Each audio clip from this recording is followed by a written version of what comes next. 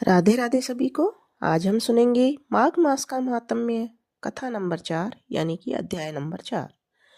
जिस समय साक्षात विष्णु के रूप श्री दत्तात्रेय सत्य पर्वत पर रहते थे, तब महिष्मति के राजा सहस्त्रार्जुन से ने उनसे पूछा, हे योगियों में श्रेष्ठ दत्तात्रेय जी, मैंने सब धर्म सुने, अब आप कृपा करके मुझे माघ मास का महात्म्य कहिए। तब दत्तात्रेय जी बोले, जो नारद जी से ब्रह्मा जी ने कहा था वही माघ मातम्य मैं तुमसे कहता हूँ।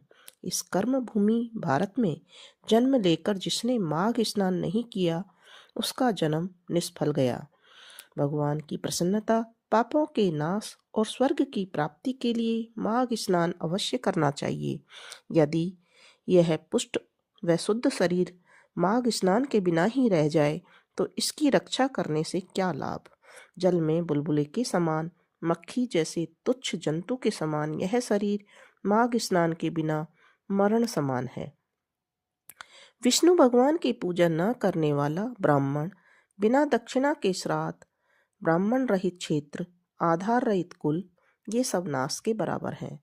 गर्व से धर्म का, क्रोध से तप का, गुरुजनों की सेवा न करने से स्त्री तथा ब्रह्मचारी, बिना जली अग्नि से हवन और बिना साक्षी मुक्ति का नाश हो जाता है। जीविका के लिए कहने वाली कथा, अपने ही लिए बनाए हुए भोजन की क्रिया, शूद्र से भिक्षा लेकर किया हुआ यज्ञ तथा कंजूस का धन, यह सब नाश के कारण है।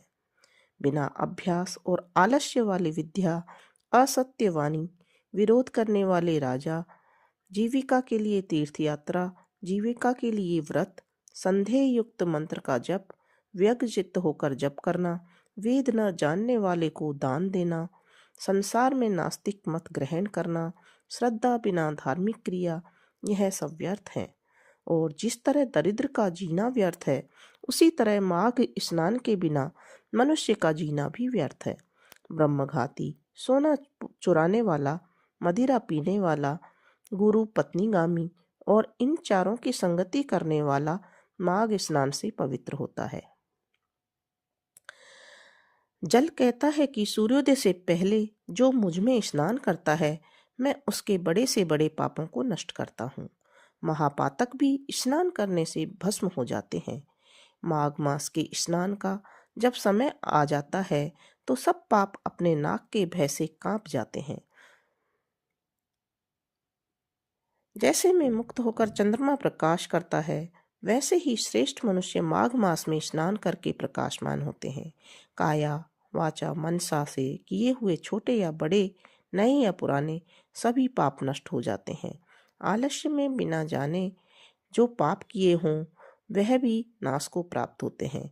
जिस तरह जन्म जन्मांतर के अभ्यास से आध्यात्मिक ज्ञान की प्राप्ति होती है, उसी तरह जन्मांतर अभ्यास से ही माघ स्नान में मनुष्य की रुचि होती है।